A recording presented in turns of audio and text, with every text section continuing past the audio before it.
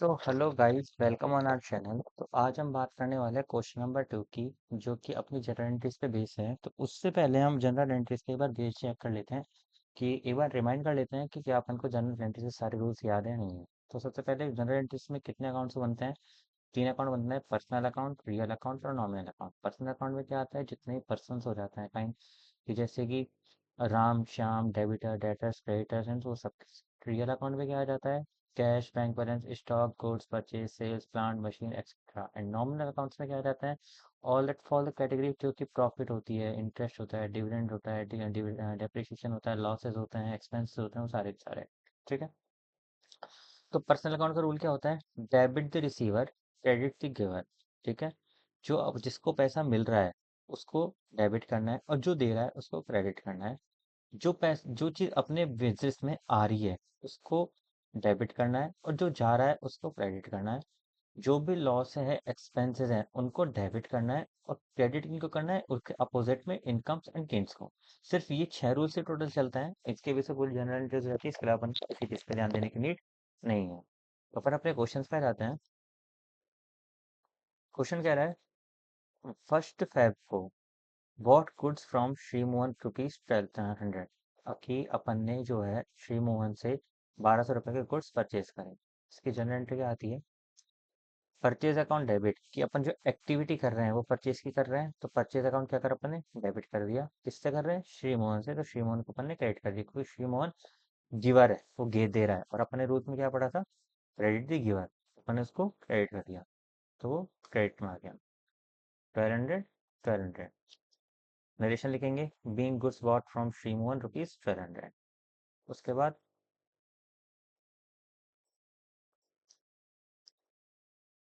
Goods purchase from Dinesh, he allowed the trade discount 5% और 800 rupees. कि अपन ने गुड्स परचेज किए हैं दिनेश से, उसने अपन को ट्रेड डिस्काउंट 5% अलाउ किया है। इसकी एंट्री क्या होगी अपने पास? Purchase account debit to Dinesh account. अब अपन आप लोग ये सोच रहे होंगे कि मैंने इसमें ट्रेड डिस्काउंट की एंट्री तो करी नहीं, अपन मैंने सीधे उसमें से अमाउंट लेस करके लिख दिया। 760 का जाएगा अपना। 800 का माल था, 5% उसने डिस्काउंट दे दिया, अपन कैलकुलेट करेंगे तो 760 आ जाएगा। तो अपने रूल क्या चलता है कि जो ट्रेड डिस्काउंट होता है, तो trade discount is allowed generally to all, कि वो सबको दिया जाता है। अब सबको दिया जाता है तो अपन उसको रिकॉर्ड नहीं करेंगे, क्योंकि वो आप स्पेसिफिक नहीं हो। तो अपन को जितने का माल पड़ा है अपन सिर्फ उसी को रिकॉर्ड करें। तो सैलरी रेट 760। तो अपन वो क्या डालेंगे? नरेशन क्या डालेंगे? Being goods bought from Dinesh at the rate 5% trade discount. कि अपन को ट्रेड डिस्काउंट अपन ने नरेशन में डालना पड़ेगा। तो नरेशन डाल के सामने अपन को पता नहीं लगेगा कि क्या हुआ है क्या नहीं हुआ। ठीक है। अब जाते हैं अपन नेक्स्ट पे। वो कह रहा है, फरवरी 5 को श्री मोहन को फुल सेटलमेंट में 1150 रुपये दिए। अब माल अपन ने 1200 का परचेज किया है, लेकिन अपन दे कितने रहे? 1150। तो कितने रुपए का डिस्काउंट मिल रहा है अपन को? 50 रुपीज का। तो अपन इसकी एंट्री क्या करेंगे अब इसमें? पहले वही date 5/5, Shri Mohan account debit. क्यों? रिसीव कौन कर रहा है? श्री मोहन। तो अपन का क्या है? Debit the receiver. To discount receive, अपन को डिस्काउंट मिला है, रिसीव हुआ है, तो अपन ने उसको क्रेडिट कर दिया, क्योंकि अपने पास प्रॉफिट में हुआ है। टू कैश अकाउंट, कि अपने पास से कैश गया है, तो अपन ने एंट्रीज में क्या रूल क्या पड़ा था? कि क्रेडिट वाज गोज आउट, कि तो जो अपने पास से जा रहा है उसको क्रेडिट करो। तो अपने पास से पैसा जा रहा है तो अपन ने उसको क्रेडिट कर दिया। नरेश ने क्या लिखेंगे? Being cash paid to Shri Mohan in full settlement in 1150 रुपए। ठीक है। नेक्स्ट क्या है? फरवरी 7 में goods sold to Ashok rupees 1000, कि अपन ने 1000 रुपये का माल जिसको अशोक को बेचा। इसकी एंट्री क्या आएगी? अशोक अकाउंट डेबिट, कि अशोक का अकाउंट करेंगे हम पहले डेबिट। क्यों? क्योंकि अशोक पाने वाला है, और रूल में क्या देखा था अपन ने? Debit the receiver. तो अपन ने रिसीवर को डेबिट कर दिया। टू सेल्स अकाउंट, जो जा रहा है, माल जा रहा है, तो अपन ने उसको क्रेडिट कर दिया। 1000, 1000। यहाँ पर पर दिख नहीं रहा होगा अपन को, नरेशन क्या लिखेंगे? Being good sold to Ashok. वही सेम चीज लिखनी है। अगर अपन चाहे तो इसमें लिखते हैं वर्थ रुपीज 1000। इस तरीके से हम लिख सकते हैं। अगला है, Feb 9 को गुड्स रिटर्न टू अशोक ₹200। ये अपन को 200 का माल जो है वो अशोक ने वापस कर दिया।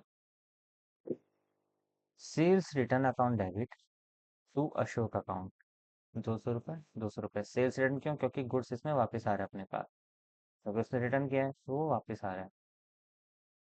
रूल क्या कहता है अपने पास, जो आ रहा है उसको डेबिट करो और जो जा रहा है उसको क्रेडिट करो। और तो मतलब जो दे रहा है, कौन दे रहा है? अशोक दे रहा है, तो उसको अपने क्रेडिट कर दिया ₹200। तो इन अपनी एंट्री क्या होगी? Being goods return from Ashok worth ₹200। Simple entry 11 12 में पढ़ी अपने, खूब अच्छे से याद होगी, थोड़ा सा रिवाइज करें अपन इसको। फरवरी 11 में क्या होता है? गुड्स रिटर्न टू दिनेश ₹150, कि अपन ने दिनेश को 150 का माल रिटर्न किया है। अब दिनेश कौन है? जिससे अपन ने 800 का ट्रेड डिस्काउंट वाला माल लिया था। तो क्या है कि दिनेश अकाउंट डेबिट, डेबिट कर दिया अपन ने 150 से, टू परचेज रिटर्न अकाउंट, क्योंकि अपन ने उससे परचेज करी थी और रिटर्न करी है, तो इससे परचेज रिटर्न डालेंगे उसको।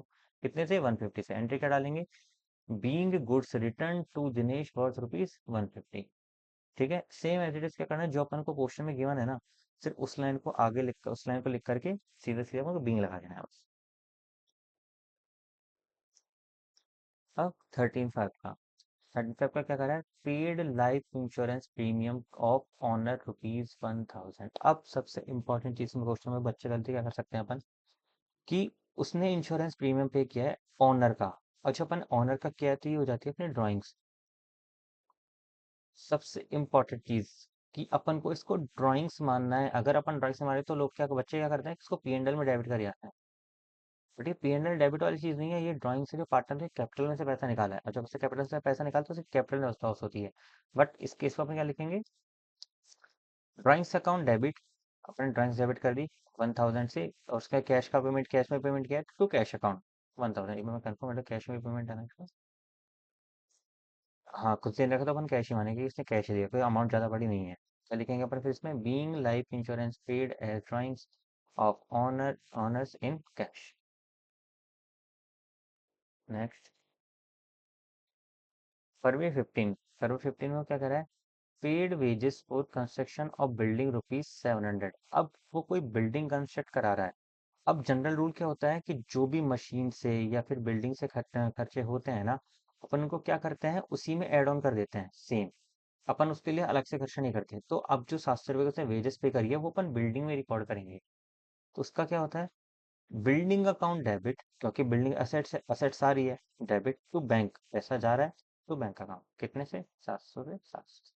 तो being wages paid for construction of building ₹700। Bills building बढ़ रही है, असेट्स इंक्रीज हो रही है, इससे अपन ने उसको डेबिट किया, और बैंक का क्रेडिट किया क्योंकि बैंक से पैसा जा रहा है। Next, purchased furniture from royal and companies ₹1600। ठीक है, फरवरी 17 की डेटेड है, तो अपन को सबसे पहले डेट डालनी है फरवरी 17। उसके बाद फर्नीचर अकाउंट डेबिट, क्योंकि असेट्स अपने पास आ रहा है। किससे आ रहा है? To royal and company, 1600। अब अपने पास दो चॉइसेस हो सकती है, या तो अपन इसको कैश मान लें या अपन क्रेडिट मान लें। अगर अपन को कैश मानना है, यहाँ पे या तो कैश लिखेंगे या बैंक लिखेंगे, दोनों में से कुछ भी लिख करके अपन कैश से भी मान सकते हैं। अगर यहाँ लिखेंगे तो माने यहाँ लिख लेंगे इन कैश। बट जब अपन को क्वेश्चन में इंफॉर्मेशन नहीं दे रखी तो अपन ने उसको मानना है, मतलब मानना क्या, मान सकते हैं कि वो क्रेडिट बेस पे भी ले सकता है। नेक्स्ट आ रहा है अपना कि सैलरी पे करिए कितनी, 1300 की। सिंपल एंट्री जैसे अपने उसमें एंट्री करते हैं, सैलरी अकाउंट डेबिट, क्योंकि अपना एक्सपेंसेस है, to cash account 1300, salary paid for 1300। Simple entries है, ज़्यादा कोई हार्ड नहीं। वो अब आया, अब मेन चीज, फरवरी 21 में इंश्योरेंस प्रीमियम पेड ₹400। अब ये इंश्योरेंस प्रीमियम जो पे किया था 400 का, इसमें स्पेसिफिक उसने डाला नहीं कि ओनर का है या किसका है, तो हम मान सकते हैं कि इसने बिजनेस का इंश्योरेंस प्रीमियम पे किया है। तो हम इसको बिजनेस का मान के चलेंगे कि बिजनेस का इंश्योरेंस है। इसको अपन एंट्री इसमें क्या करेंगे कि insurance premium account debit to cash account 400। Narration क्या आएगी? Being insurance premium paid was ₹400, as it is वही लाइन लिखनी है जो क्वेश्चन में अपन को लिख रखी है। फरवरी 23 को क्या आता है अपने पास कि गुड्स सोल्ड ₹2500, अपन ने 2500 के गुड्स सोल्ड करे हैं। एंट्री क्या करेंगे, कोई नाम वाम नहीं है, कुछ अपने में डिटेल नहीं है कि अपने क्रेडिट डाले या कैश डाले, तो अपन हमेशा उसको कैश मानेंगे क्योंकि उसमें नाम नहीं है। क्या आएगा? बैंक अकाउंट डेबिट, क्यों? क्योंकि अपने पास पैसा आया है। ठीक है। टू सेल्स अकाउंट, सेल्स के थ्रू आया है इसलिए सेल्स अकाउंट 2500, 2500 क्या है गया? Being goods sold worth rupees 2500। ठीक है। अब आगे करते हैं अपन।